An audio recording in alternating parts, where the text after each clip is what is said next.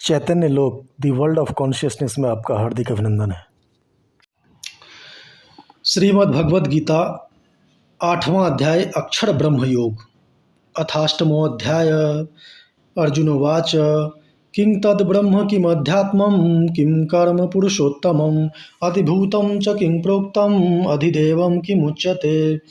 अर्जुन ने कहा, हे पुरुषोत्तम, वह ब्रह्म क्या है, अध्यात्म क्या है, कर्म क्या है, अधिभूत नाम से क्या कहा गया है और अधिदेव किसको कहते हैं।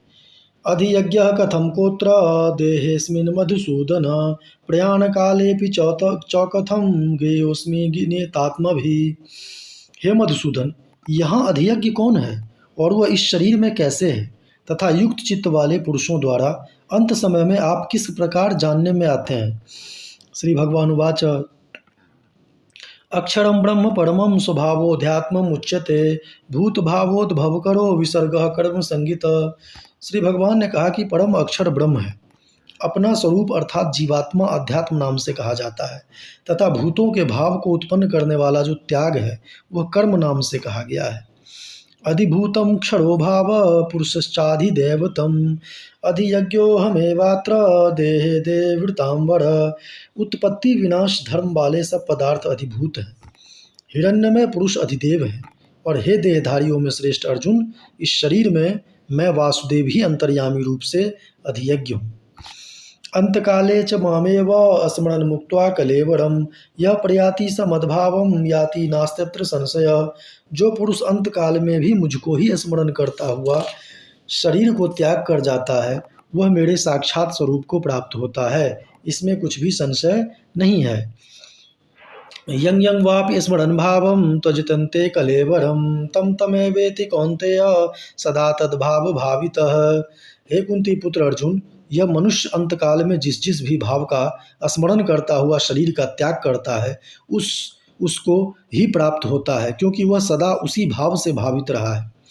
तस्मात् सर्वेषु कालेषु मामुनुस्मर युद्ध च मयि अर्पित मनोर्बुद्धिर्मामे वैश्यस्य संशयम्। इसलिए हे अर्जुन, तू सब समय में निरंतर मेरा स्मरण कर और युद्ध भी कर। इस प्रकार मुझ में अर्पण किए हुए मन बुद्धि से युक्त होकर तू निस्संदेह मुझको ही प्राप्त होगा। अभ्यास योग युक्तेन चेतसा नान्यगामिना परमं पुरुषं दिव्यम याति पार्थानुचिंतयन्। हे पार्थ, यह नियम है कि परमेश्वर के ध्यान के अभ्यास रूप योग से युक्त दूसरी ओर न जाने वाले चित्त से निरंतर चिंतन करता हुआ मनुष्य परम प्रकाश रूप दिव्य पुरुष को अर्थात परमेश्वर को ही प्राप्त होता है। कवि पुराण मनुषासितार मनोरणीयां समनुस्मरेद् सर्वस्य धातारमचिन्त्यरूप मादित्यवर्णं तं स परस्तात् प्रयाण काले मनसाचलेन भक्त्या युक्तो योगबलेन चैव भ्रुवोर्मध्ये प्राणमावेश्य सम्यक् सतं परम पुरुषमुपैति दिव्यम। जो पुरुष सर्वज्ञ अनादि सबके नियंता सूक्ष्म से भी अति सूक्ष्म सबके धारण पोषण करने वाले अचिंत्य स्वरूप सूर्य के सदृश नित्य चेतन प्रकाश रूप और अविद्या से अति परे सूक्ष्म सच्चिदानंद घन परमेश्वर का स्मरण करता है, वह भक्ति युक्त पुरुष अंतकाल में भी योग बल से भ्रुकुटी के मध्य में प्राण को अच्छी प्रकार स्थापित करके फिर निश्चल मन से स्मरण करता हुआ उस दिव्य रूप परम पुरुष परमात्मा को ही प्राप्त होता है। यदक्षरं वेदविदो वदन्ति विशन्ति यद्तयो वीतरागा यदिच्छन्तो ब्रह्मचर्यं चरन्ति तत्ते पदम संग्रहेण प्रवक्ष्ये। वेद के जानने वाले विद्वान जिस सच्चिदानंद घन रूप परम पद को अविनाशी कहते हैं, आसक्ति रहित यत्नशील सन्यासी महात्मा जन जिसमें प्रवेश करते हैं और जिस परम पद को चाहने वाले ब्रह्मचारी लोग ब्रह्मचर्य का आचरण करते हैं, उस परम पद को मैं तेरे लिए संक्षेप में कहूँगा। सर्वद्वाराणि संयम्य मनोहृदि निरुध्य च मूर्धन्याध्यात्मनः प्राणमास्थितो योगधारणाम् ओमित्येकाक्षरं ब्रह्म व्यवहारन् मामुनुस्मरन् यह प्रयातिस्तजन्देहं स याति परमां गतिम्।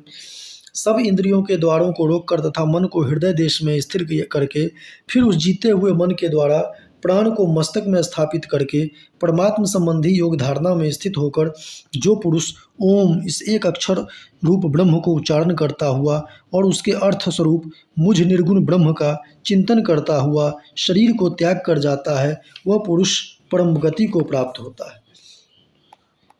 अनन्यचेतां सततं यो माम स्मरति नित्यश तस्याहं सुलभ पार्थ नित्ययुक्तस्य योगिनः। हे अर्जुन, जो पुरुष मुझ में अनन्य चित्त होकर सदा ही निरंतर मुझ पुरुषोत्तम को स्मरण करता है, उस नित्य निरंतर मुझ में युक्त हुए योगी के लिए मैं सुलभ हूँ, अर्थात उसे सहज ही प्राप्त हो जाता हूँ। मामुपेत्य पुनर्जन्म दुःखालयं शाश्वतं नाप्नुवन्ति महात्मानः संसिद्धिं परमां गताः। परम सिद्धि को प्राप्त महात्मा जन मुझको प्राप्त होकर दुखों के घर तथा क्षण भंकुर पुनर्जन्म को नहीं प्राप्त होते। आ ब्रह्म भुवनालोका पुनः पुनरावर्तिर्नोर्जुन मामुपेत्य तु कौन्तेय पुनर्जन्म न विद्यते। हे अर्जुन, ब्रह्मलोक पर्यंत सब लोग पुनरावर्ती हैं, परंतु हे कुंती पुत्र, मुझको प्राप्त होकर पुनर्जन्म नहीं होता, क्योंकि मैं कालातीत हूँ और ये सब ब्रह्मादि के लोग काल के द्वारा सीमित होने से अनित्य हैं। सहस्र युग पर्यंतम महर्त्यम ब्रह्मणो विदु रात्रिम युग सहस्रांताम ते हो रात्र विदो जना। ब्रह्मा का जो एक दिन है उसको 1000 चतुर्युगी तक की अवधि वाला और रात्रि को भी 1000 चतुर्युगी तक की अवधि वाला जो पुरुष तत्व से जानते हैं, वे योगी जन काल के तत्व को जानने वाले हैं। अव्यक्ताव्यक्तव्य सर्वा प्रभन्ते राग में रात्र्याग में प्रलीयन्ते तत्रैवाव्यक्त संज्ञके।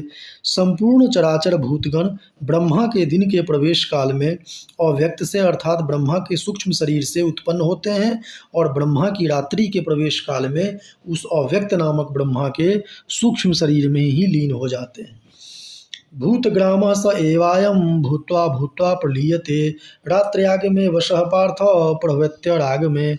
हे पार्थ, वही यह भूत समुदाय उत्पन्न होकर प्रकृति के वश में हुआ रात्रि के प्रवेश काल में लीन होता है और दिन के प्रवेश काल में फिर उत्पन्न होता है।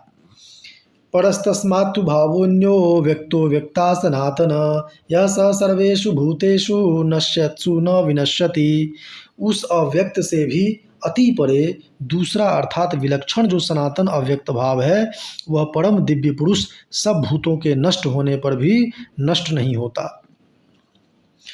अव्यक्तोक्षर इत्युक्षरस्तमाहु परमां गतिम यम प्राप्य न निवर्तन्ते तद्धाम परमं मम।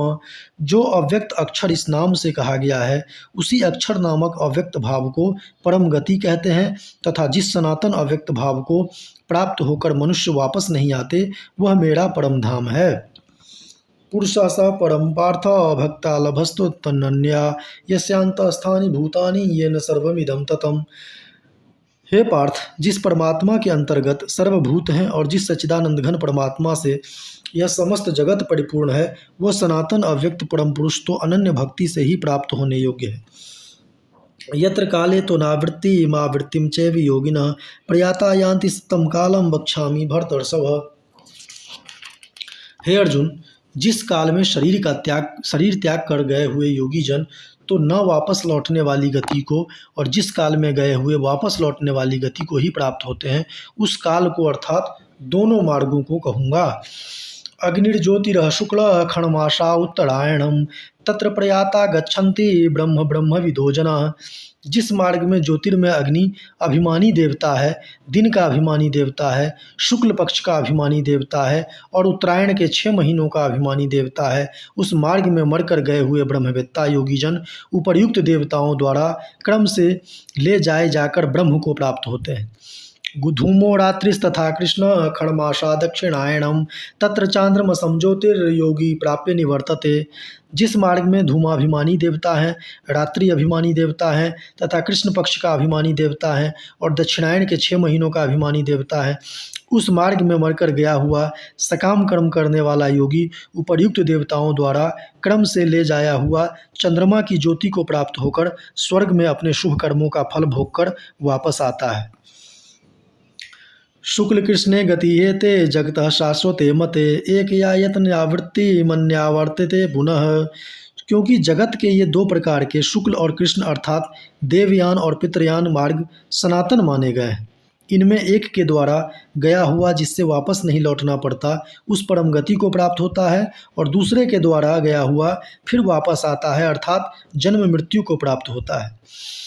नैते श्रुति पार्थ जानन्य योगी मुह्यति कश्चन तस्मात् सर्वेषु कालेषु योग युक्तो भवार्जुन। हे पार्थ, इस प्रकार इन दोनों मार्गों को तत्व से जानकर कोई भी योगी मोहित नहीं होता। इस कारण हे अर्जुन, तू सब काल में समबुद्धि रूप योग से युक्त हो अर्थात निरंतर मेरी प्राप्ति के लिए साधन करने वाला हो। वेदेषु यज्ञेषु तपस्सु चैव दानेषु यत् पुण्यफलं प्रतिष्ठम् अत्येति तत्सर्वमिदं विदित्वा योगी परमस्थानमुपैति चाद्यम्। योगी पुरुष इस रहस्य को तत्व से जानकर वेदों के पढ़ने में तथा यज्ञ तप और दानादि के करने में जो पुण्य फल कहा है उन सब को निस्संदेह उल्लंघन कर जाता है और सनातन परम पद को प्राप्त होता है। ओम तत्सदिति श्रीमद्भगवद्गीतासु उपनिषत्सु ब्रह्म विद्यायां योगशास्त्रे श्री कृष्णार्जुन संवादे अक्षर ब्रह्म योगो नामाष्टमो अध्यायः। इस प्रकार उपनिषद, ब्रह्म विद्या तथा योग शास्त्र रूप श्रीमद् भगवद गीता के श्री कृष्ण अर्जुन संवाद में अक्षर ब्रह्म योग नामक 8वां अध्याय संपूर्ण हुआ।